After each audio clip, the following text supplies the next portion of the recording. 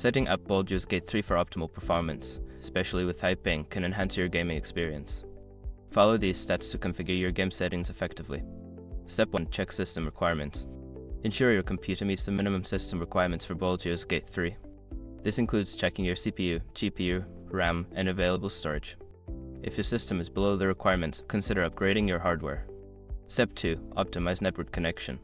Use the wired Ethernet connection instead of Wi-Fi for most stable internet connection. If using Wi-Fi, ensure you are close to the router and minimize interference from other devices. Step 3. Adjust in-game settings. Launch the game and navigate to the settings menu. Lower the graphics settings to reduce the load on your system, which can help improve performance.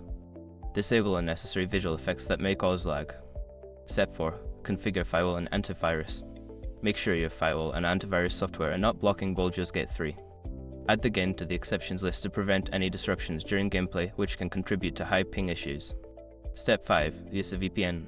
If you experience high ping due to server location, consider using a VPN to connect to a server closer to the game's servers.